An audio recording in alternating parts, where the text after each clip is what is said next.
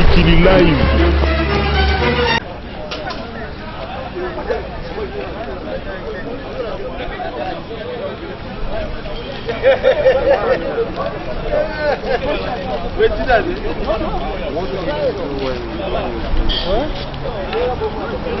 Nan.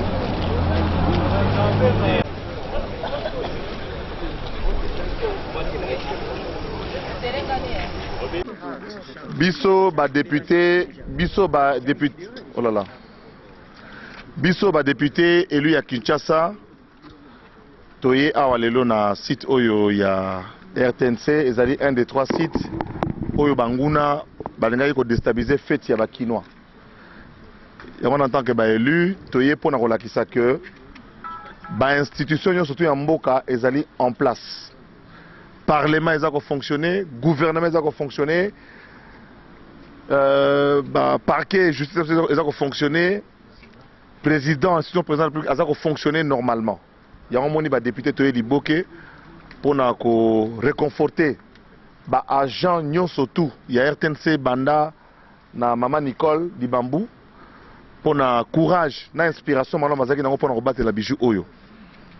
Il y a un ba député ya Kinshasa ba a lelo pour na repérer un message que na Kinshasa mboka e sengo ezali mboka ya oyo bonne année feta maka ndenge fe fetame. Malgré ba difficulté tozana na kata mboka mais Kinshasa, nous sommes venus marquer notre solidarité avec tous les agents de la RTNC qui ont été victimes d'un acte terroriste hier par un groupe qui va être bientôt identifié puisque les enquêtes sont en cours. Et nous avons voulu, nous, députés de Kinshasa, transmettre un message de réconfort à toute la population quinoise, leur dire que voilà, les choses sont prises en main par le gouvernement de la République, le président de la République en tête. Et l'Assemblée nationale a voulu aussi marquer sa solidarité, ce qui explique d'ailleurs notre présence ici, et demander à tous les Quinois, comme le ministre de la Communication l'a fait hier, de vaquer à leurs occupations. Et aujourd'hui, c'est le dernier jour de l'année. Il y a plusieurs manifestations qui sont prévues dans la ville. Il y a aussi des veillées de prières dont nous demandons à toute la population quinoise, dans toute tranquillité, en toute sérénité, d'aller et de fêter parce que demain c'est le nouvel an. Dieu nous a fait marquer notre solidarité vis-à-vis de l'ensemble des agents et des forces armées de la République démocratique du Congo, des forces de sécurité et de tous ceux qui ont contribué à faire en sorte que le pacte républicain soit préservé. La lutte pour le pouvoir doit se faire dans le cadre des institutions. Nous avons tous fait un choix à partir du dialogue intercongolais. Il y a eu des rébellions dans ce pays. Nous avons parlé de 5 millions de morts. D'autres parlent de 6 millions. Légitime d'aspirer à des hautes fonctions républicaines. Pourquoi pas prendre la place du chef de l'État? Seule manière de renforcer la liberté et la légitimité des uns et des autres à aspirer à un mieux-être, mais aussi de préserver ce qui nous est le plus cher, ça veut dire la République démocratique du Congo. Ce qui s'est passé ici hier est inacceptable. La République démocratique du Congo se bat difficilement dans un grand écart inimaginable. Nous devons faire la guerre pour préserver notre pays de la balkanisation. Nous devons en même temps agir pour que les droits de l'homme soient respectés, pour que la démocratie s'enracine. En même temps, nous devons faire de l'économique, nous devons faire de la finance, nous devons faire du développement. C'est un travail harassant, c'est un travail difficile. Mais si les uns l'acceptent, c'est parce qu'ils croient en ce pays et ils l'aiment, peut-être même plus que ceux qui pensent que c'est par des méthodes extra-constitutionnelles et par l'instrumentalisation de la jeunesse qu'on peut y arriver. Nous marquons notre totale désapprobation par rapport à ce qui s'est passé. Oui,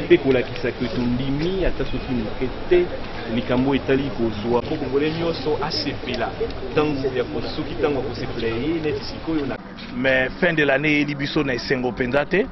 Pambate chaque fois que Kinois mon sera koufi, ils n'ont pas si pour Nabiso ne sont pas Kinois, ils ont manque de possibilité pour développer ville province Nabiso. Yangwana, to senga Nabino. Tombe na babilo ka boye lisusu te bomoni bino mboki toyoka bitumbaka na musika metango mbumelele libiso tozwi pongi te to vivaki yango biloko boye to vivre yango lisusu te bokeba na ba manipulation bako ko manipuler bino lisusu ba kinois to uti musika po mboka na biso ko koma na sika ekomi même au sepeli ne lokote même il y a des voix oyo essayer salami na l'état congolais pour to ko revendiquer ba droit na biso to lingite to kota na ba psychose moko boye to za la batu to banda ko comprendre que mboke ko tambola ndenge nini eloko ni to ko tambusa botala kaka na minute muke pone loko moko ezanga tina bandeko na biso ba journaliste musana bango ko panza sango ko pesa biso ba information à quel point balaki traumatisé baso bango na ba otage ba menacer bango pour l'intérêt ya individu moko kaka oyo azokanisa ke yende akoki non to tomber na ba piège ba manipulation te tala bato bakufi ba nzete te ba soso te ba mbwa te mais ya bato botala ndenge bakufi na buzoba kaka po baya kosala boye na boye en tout cas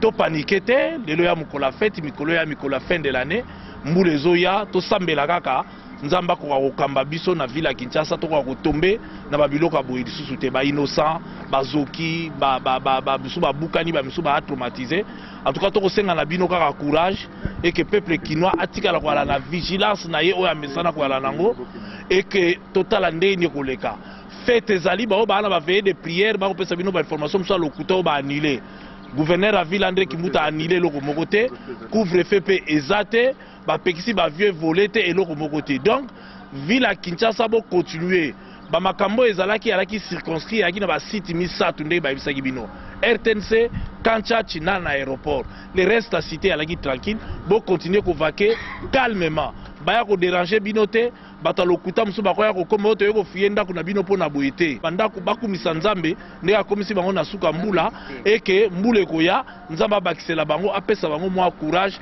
na mwa kima po bako ko avancer en tout cas to senga na bino kaka bino bato bovotaki bino bato bopesaki biso misala to senga na bino bo méditer bo luka ndeni to koyi ko sala po Congo na biso kini na biso ville na biso eko ko kende liboso plutôt que ezonga kasima en tout cas courage to sengi na bino nzamba zala na pité na bino longo tozo soutenir constitution na biso tozo soutenir ba institution nyonso mboka ceux que vous avez besoin de pouvoir il faut que vous na ndenge ya élection et non na kozana ndenge minduki to sengi kimia na population kinoise nyonso na le mukola lelo na pokwa lelo to sepela ndenge to mesana o sepela ozie loko ole ozite okumiska nzambe to sengi kimia na bino baso bobanga eloko te biso balobeli na bino tozali total makamyo sona mais to kolinga jamais mobulu ya na kata mboka na biso RDC to soutenir bokozi na biso mboka to soutenir. Je me joins à mes collègues députés élus de Kinshasa pour dénoncer ce qui s'est passé hier, donc les événements d'hier.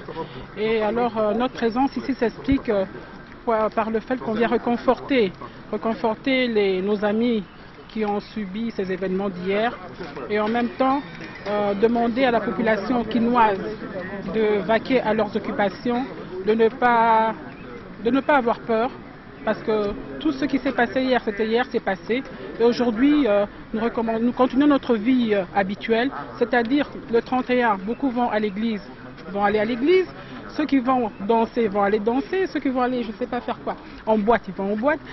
Pona tokutana, to sololi na ye, to se réunir entre biso baeli ya ville province ya Kinshasa par rapport ya makambo oyo ekomelaki lobby na kati ya mboka bomonaki binemi ya ekolo binemi ya pouvoir binemi ya ba institution oyo ezali légal lelo bamekaki kotia bosoto na kati ya mboka na biso surtout balingi ba inquiété quiétude ya population kinoise oyo azalaki ko s'apprêter à fêter na kimia nouvel an oyo toko banda na mokolo ya lobi boye ina biso awa ezali parce que bandeko na biso ya mapinga baoti kolakisa solo bravoure na bango message wana ezali message fort oyo soki boza na souvenir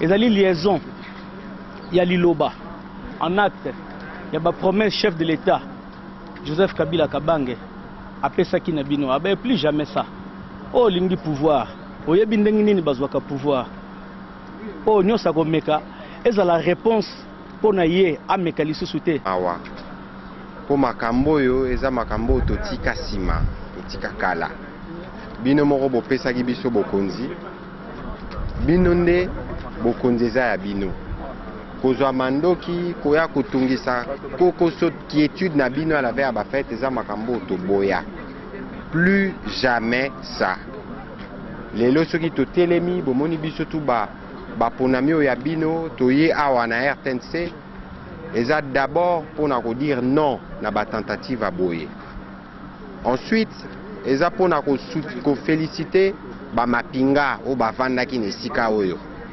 tokokai mpe kolamuka lelo masolo ekomi ndenge mosusu soki bango te toye kopesa bango longonya na mosala oyo basalaki kofélicite mpe bino bana kini po bokai mpe kopanike bokai mpe kotelema bokai mpe koutiliser bino. Ça c'est la capitale du Congo et tous les Congolais où qui se trouvent ont suivi ce qui s'est passé à Kinshasa. Et donc aujourd'hui nous sommes venus dire notre ras-le-bol par rapport à cette situation. Nous sommes venus dire nos encouragements à nos vaillantes forces armées. Nous sommes venus témoigner notre solidarité aux journalistes et à toute l'équipe qui travaille ici à la RTNC. C'est choquant de voir qu'un bijou national comme celui-ci être malmené, massacré par des gens qui ont une volonté obscure d'obscurcir alors que l'horizon s'éclaircit pour tout notre peuple. Et donc, Banakin, recevez nos vœux les meilleurs de Nouvel An, les leux à les 31, Tokende Baveye, Tokende Bandoule, Tola Tato Sepela. Bamama Bandeko. Vraiment, ils allaient pas si peu mawa. Pour Namboka Lokola Congo, à tout moment, ils allaient plonger dans le théâtre et le modèle de tout le monde. Biso baye ya opposition, tant que critique. Ils allaient pour un plaisir à critiquer. Tant que senga, que vous foutez des soldats malam, vous foutez des policiers malam, vous foutez des fonctionnaires malam, vous avez un discours politique, un cadre macroéconomique. Mais il y a un bunda bitumbata, il y a un des peuples qui ne sont pas. Mais lelo, di kambwe koué, bateau yo basalike, mkime zana namboka, batika la rabo, salaire boujarate, budget ya kala yango ezongaka. Mutu moko aza à l'aise azo se retrouver à Zadi. Or soki bana mboka bazo se retrouver na bandi bato basaka ba théâtre ba osota musamba ba luku. Mais soko ba longo ma luku ba yeti ba komi na kati. Cela veut dire mwanza les ali. Population dans likambu te. Matata ponyo. Ya lo ba ye vaillant homme. L'excédent est bimaki na budget. Tout le monde a toujours été extraordinaire. Tout le monde a payé quota défense. La majorité, va la commentaire était. Base à la pour va gonfler. Quand on va télé mais la solo. Va gonfler que non. Nenge, la militaire va pas bazo tambola na est bazo lia kitoko. Ya biso pe awa. Ba lia kitoko. Donc suka na makumisité. Pour nga za makumisité. Oh, ils allaient occasion. Ministre de la Justice, procureur général de la République, tolingi complaisance té. Tolingi to vivre ba audience publique. Parce que ba vivant bazali. Bazoko cité ba combattitaire. Vrai ou faux, to yebi nanouté. Mais tolingi to mona ba sambisa bango. Biso mongo ba konza ba audience. Ata tongo ti minute to ko fanda wana to yoka to yeba pebi magane wana o bakatakatanga balimu o ba tuboya bimi balimu.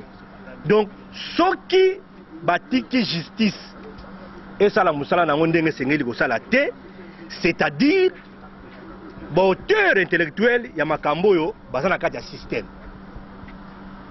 Donc ils ont occasion ministre de la Justice, procureur général de la République, premier président de la Cour suprême de justice. Atabatangi komba mutu azala nani face à la loi, il faut bogumbaye parce que tu dois tolérer que les militaires ba kufa, tu tolérer que peuple a kufa, ba traumatisme na ibisiyo makambo ebani ko beta masasi mutu kona tambula ngame mwana soki 6 personnes mais na memi 15 ba agent Vodacom tala ndenge ba kolenga neti ba suba na bilanga. 15 na kata digue tomate ko ba sardine soki bata batension bakokufa donc toza na besoin ya kimia toza na besoin Mikili Live.